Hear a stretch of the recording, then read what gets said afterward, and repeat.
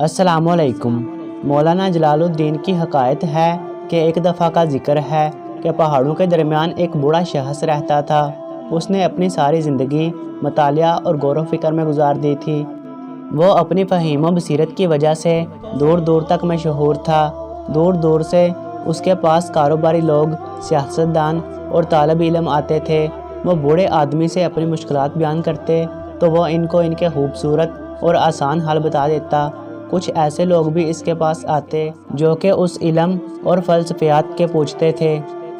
بوڑھا آدمی ان کو صحیح اور درست جواب دے کر مطمئن کر دیتا۔ ایک پہاڑی کے نزدیک مزدوروں کی بستی تھی۔ ان کے بچے بہت شرارتی تھے اور ہر وقت آوارہ گردی کرتے رہتے تھے۔ وہ شرارتی بچے ہر وقت کوئی نہ کوئی الٹا سیدھا سوال اس بوڑھے آدمی سے پوچھتے رہتے، جن کا بالکل صحیح اور درست جواب دیا جاتا۔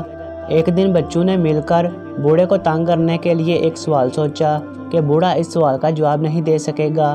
ایک بچے نے ایک چڑیا کو اپنے ہاتھوں میں چھپا لیا اور سوچا کہ بوڑھے سے پوچھوں گا کہ میرے ہاتھوں میں جو چڑیا ہے وہ زندہ ہے یا مردہ۔ اگر بوڑھا کہے گا کہ چڑیا زندہ ہے تو میں ہاتھوں کو مسل کر اسے مار دوں گا، اور اگر اس نے کہا کہ چڑیا مردہ ہے تو میں زندہ دکھا دوں گا۔ جب یہ لڑکا چڑیا ہاتھوں میں چھپائے اس بوڑھے شخص کے پاس پہنچا اور سوال کیا کہ میرے ہاتھوں میں جو چڑیا ہے وہ زندہ ہے یا مردہ، تو دانا آدمی نے کہا چڑیا تمہارے ہاتھوں میں ہے، جیسا چاہو سلوک کرو۔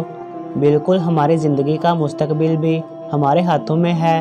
ہم اسے اپنے عمل سے مردہ بھی کر سکتے ہیں اور اپنی بصیرت سے زندہ بھی کر سکتے ہیں۔